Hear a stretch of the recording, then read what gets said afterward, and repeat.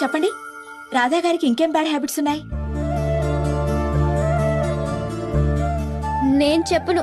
చెబితే ఇంటికి వెళ్ళగానే నా మోచి వెనక్కి విరిచి వీప్ మీద గుద్దుతాడు. ఎందుకు వంక? చాడీలు చెప్పడానికే వచ్చింది, చెప్పు. బాగా పుస్తకాలు చదువుతాడు. అది బ్యాడ్ హ్యాబిటా? చదవటం బ్యాడ్ హ్యాబిట్ కాదు.